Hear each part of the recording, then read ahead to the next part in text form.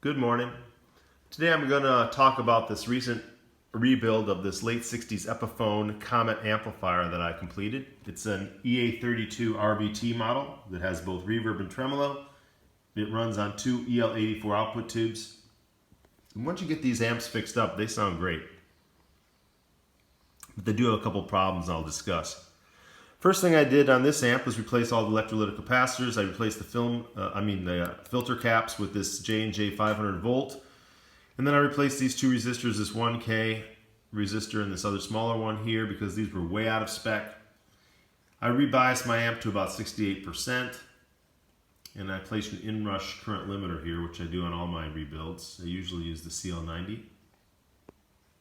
On this particular amp, I also replaced all the electrolytic caps on this preamp board over here.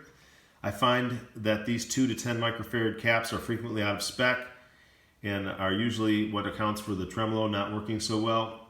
Now the tremolo works perfectly. And then I replaced the 2 notch filters, which I'll describe right now. So what makes these amps sound pretty horrendous is these 2 notch filters that are placed here. And they look just like this. I've got these ones here on this display. These are what these filters look like. Sometimes they look like this. They're encapsulated here. Looking online, Uncle Doug has a good video about replacing this with a 0.01 microfarad cap. I've done that and then run a 1 meg ohm resistor to ground here, but I still find that's a little bit hot for this tube, so I also placed a 220K resistor in series. I do that using a resistor substitution box and kind of dial in the right number here.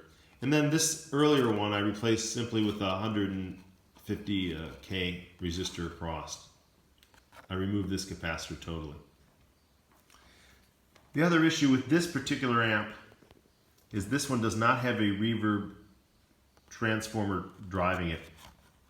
It's driven by a 12AU7, which just doesn't seem to have enough oomph, at least in my amp here.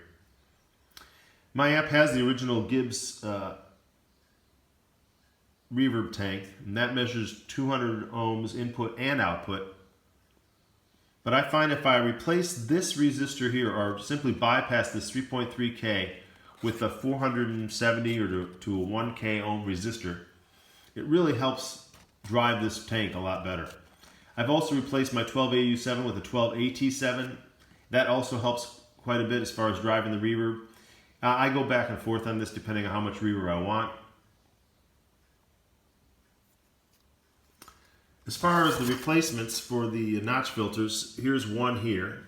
Here's that, I think I have a 100K resistor here.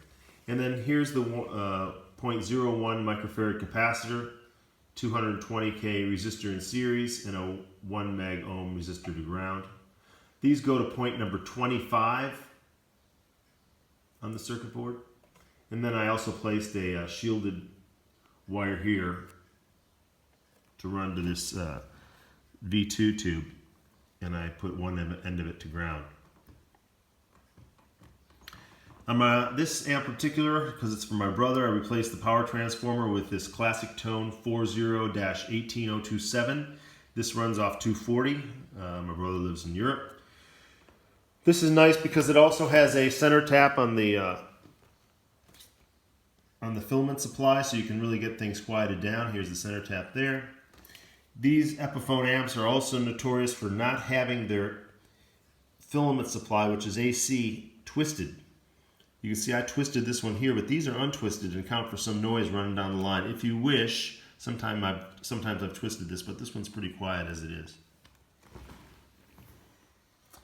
Lastly, for this Epiphone amp, these amps frequently have horrible speakers.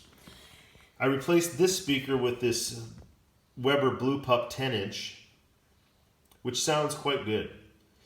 However, I've also A/B'd it with this Celestion Alnico Gold 10, and I have to admit this is just the #1 speaker for me.